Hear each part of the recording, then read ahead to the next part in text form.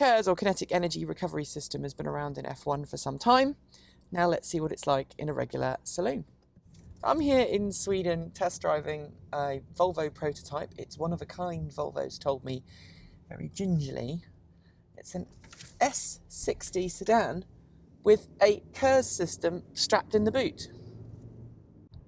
Now, what's KERS, you ask? Well, KERS is a way of recapturing energy from braking, storing it in a flywheel, in this case, and then making that energy available to you when you need to accelerate, giving you that extra boost you need. As you slow down, the noise gets louder and it speeds up, obviously because it's storing the energy. And then as you floor it, the noise kind of dies away and you're back to a regular engine. With KERS, you can have it two ways. You can have it as a way to save energy, and Volvo says in its energy saving mode, this KERS system can improve your efficiency by 25%, or you can have it as boost, extra power.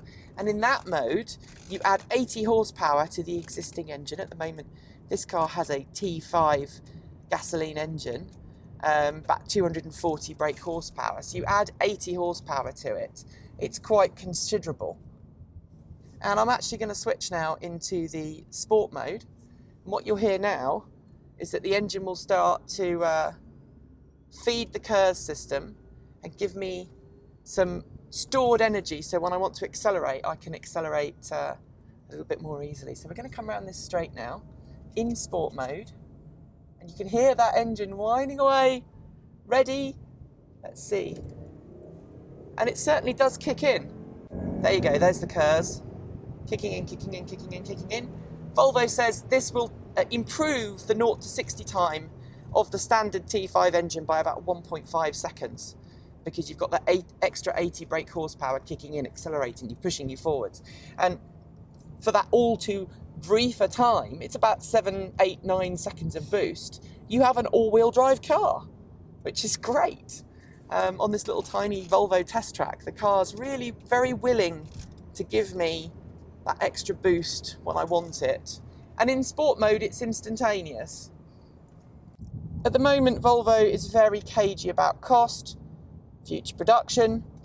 Volvo's been testing this KERS system for the past year, in secret essentially, and has said that it's now at a point where it's trying to decide whether it will continue to invest in the technology and move it forwards, move it to production, or whether it will go into something else.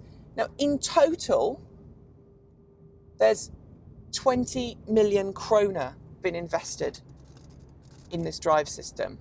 At current exchange rate, that's about £2 million, or let's think, $2.5–3 million. So it's not a small project, but it is very impressive. Now I've got one more time around the track. This has got 63% charge in it, so I'm going to very gently squeeze the acceleration and we'll see how KERS kicks in. There it goes. That's when it is. Continuously variable transmission, so it can get the most torque out of the car as it needs to. And, you know, I started that straight with 63% stored energy. I now only have 8, and it's very quickly going back up.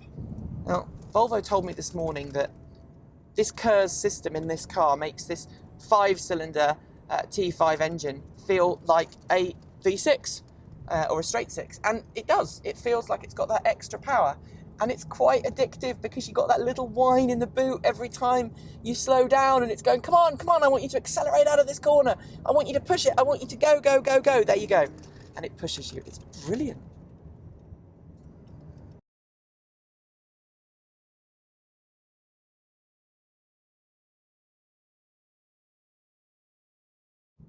So this could be a real way for Volvo to meet its emissions deadlines without compromising performance, engine size, or luxury.